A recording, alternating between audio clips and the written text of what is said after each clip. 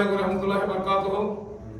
అల్హమ్దులిల్లా ఆంధ్ర రాష్ట్ర ఒక్కోట్ చైర్మన్ హాజీ అబ్దుల్ అజీజ్ గారి ఆలోచన, అదేవిధంగా ఆంధ్ర రాష్ట్రంలో ఎవరైతే ముస్లిం బిడ్డలు ఉన్నారో, ముస్లిం సోదరులకు సంబంధించిన 10వ తరగతి పాస్ అయిన బిడ్డలు ఉన్నారో వాళ్ళ కోసం తాలిమే హునర్ అని ఒక కార్యక్రమాన్ని తీసుకొని వచ్చినారు.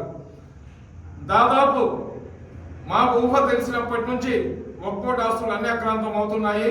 ఒక్కోటికి సంబంధించిన నిధుల నుంచి పేద ముస్లిం బిడ్డలకు ఉపాధి కోసం కానీ, విద్య కోసం కానీ, అదేవిధంగా వాళ్ళ వైద్యం కోసం కానీ ₹1 ఖర్చు చేయటం లేదని కొన్ని వేల పోరాటాలు చేసి ఉంటాం.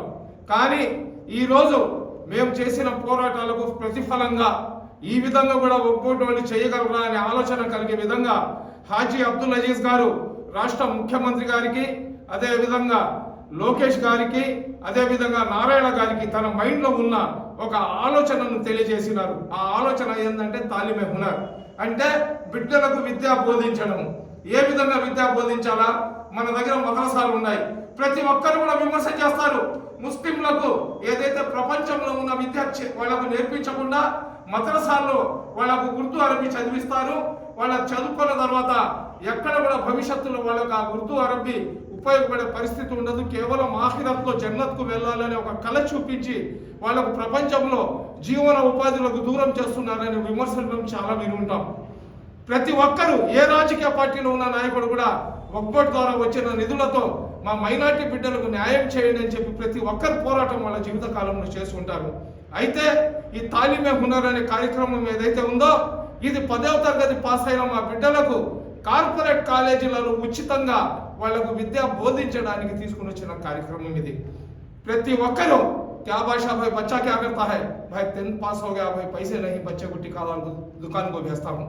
भाई अम्मा ఏం చేస్తుంది, भाई बच्ची 10th पास होगी, भाई फर्स्ट क्लास में पैसे नहीं घर में बिठा दूँ. ఈ మాట అనునిత్యం మేము వింటుంటాం.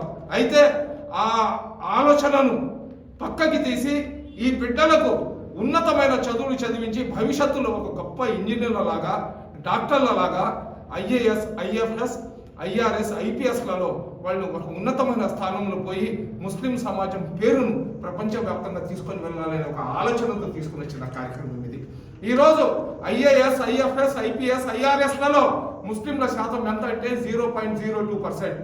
మా దగ్గర టాలెంట్ లేక కాదు, మా బిడ్డలకు చదువు రాక కాదు, మా బిడ్డలు కాంపిటేటివ్ ఎగ్జామ్స్ లో ఉత్తీర్ణులు కాలేక కాదు, కేవలం వీటన్నిటికి కారణం ఏంటంటే వాళ్ళ దగ్గర ఆర్థిక స్తోమత లేకపోవడం. ఇటువంటి మహత్తరమైన కార్యక్రమాన్ని తీసుకొని వచ్చి ఈరోజు హాజీ అబ్దుల్ అజీజ్ గారు, అదేవిధంగా మైనార్టీ సంక్షేమ శాఖ మంత్రి NMD ఫారూక్ గారు, చంద్రబాబు నాయుడు గారు, అదేవిధంగా లోకేష్ బాబు గారి సలహా సూచనలతో, అదేవిధంగా విద్యా సమస్యలకు అధినేత అయిన నారాయణ గారి ఆలోచనలకు అనుగుణంగా తీసుకొని వచ్చిన ఈ కార్యక్రమాన్ని కొంతమంది తూట్లు పుడిచే ప్రయత్నం చేస్తున్నారు. అయ్యా, గతంలో పడో పర్దేశ్ అని చెప్పి సెంట్రల్ గవర్నమెంట్ ఒక కార్యక్రమం పెట్టి ఉండింది. అదేవిధంగా గతంలో ఏదైతే మనం చూసినాము విదేశీ విద్యా పథకం ఏదైతే ఉండిందో దాన్ని తూట్లు పొడిచింది గత ప్రభుత్వం అన్న సంగతి కూడా విమర్శించే వాళ్ళు తెలుసుకోవాలని చెప్పి నేను రిక్వెస్ట్ చేస్తున్నాను.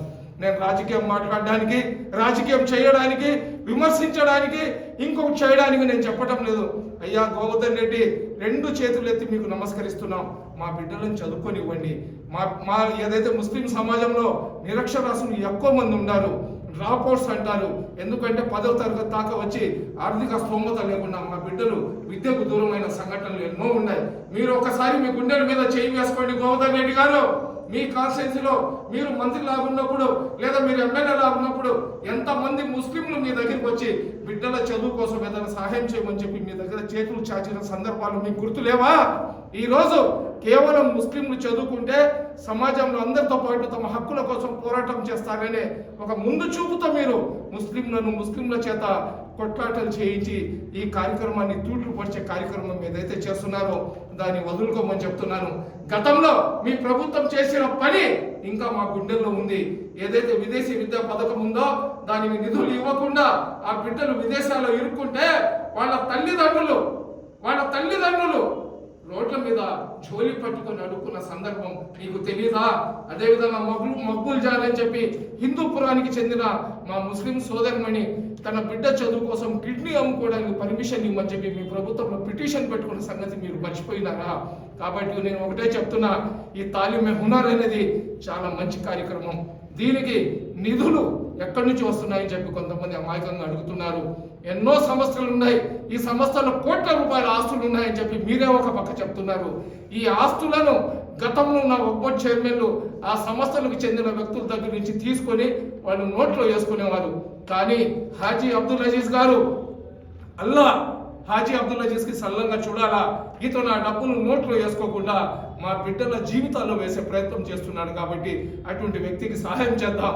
ఈ తాలీమే హునర్ అనే టాలెంట్ టెస్ట్ లో పిల్లలు పాల్గొనకుండా ఉండడానికి ఎవరెవరైతే ప్రెస్ మీట్లు పెట్టి కన్ఫ్యూజ్ చేస్తున్నారో మీకు కూడా సలాంలు చేసి రిక్వెస్ట్ చేస్తున్నా, అల్లాతో భయపడండి. ఎందుకంటే ప్రపంచంలో మేము ఏ విధంగా జీవించవచ్చు, కానీ ఒక విద్యార్థికి అతను చదువుకొని ఉన్నతమైన స్థానంలో వెళ్ళకుండా ఎవరు అడ్డు వేసినా కానీ రేపు రోజు అల్లా మిమ్మల్ని నిలదీస్తాడని తెలియజేసుకుంటున్నా. ముహమ్మద్ ప్రవక్త సల్లల్లాహు అలైహి వసల్లం గారు చెప్పి ఉన్నారు, విద్య నేర్చుకోవడానికి చీన్ దాకా నడుచుకొని వెళ్ళే పరిస్థితి వచ్చినా కానీ నడుచుకొని వెళ్ళమని చెప్పి ఆ సూక్తులు ప్రవక్త గారు చెప్పిన మాటలను మీరు మర్చిపోయినట్లున్నారు. దయచేసి ఈ తాలీమే హునర్ అనే టాలెంట్ టెస్ట్ లో మీ బిడ్డలను విరివిరిగా పార్టిసిపేట్ చేయించండి. ఈ సంవత్సరం 250 మంది, ఇంకా డిమాండ్ పెరిగితే 1000 మంది దాకా కూడా చదివించే అవకాశం ఉంది. కాబట్టి ప్రతి ఒక్కరు కూడా పార్టీలకు జమాత్లకు అతీతంగా ఈ కార్యక్రమాన్ని సహకరించాలని కోరుకుంటున్నా. విమర్శలు మానేయండి. మీరు ఏ పార్టీలో ఉన్నా కానీ మీరు చదివిన కల్మా ఒకటే, మీరు ఏ పార్టీలో ఉన్నా కానీ ముస్లింల అభివృద్ధి కోసమే పనిచేయాలి తప్ప మీరు వేరే వాళ్ళ అభివృద్ధి గురించి పనిచేయాల్సిన ఆవశ్యకత మీకు ఉండదు. కాబట్టి ముస్లిం సమాజాన్ని కాపాడే కార్యక్రమం ఎవరు తెచ్చినా కానీ వాళ్ళకు సహకరించాలని కోరుకుంటున్నా. అస్సలాము అలైకుం.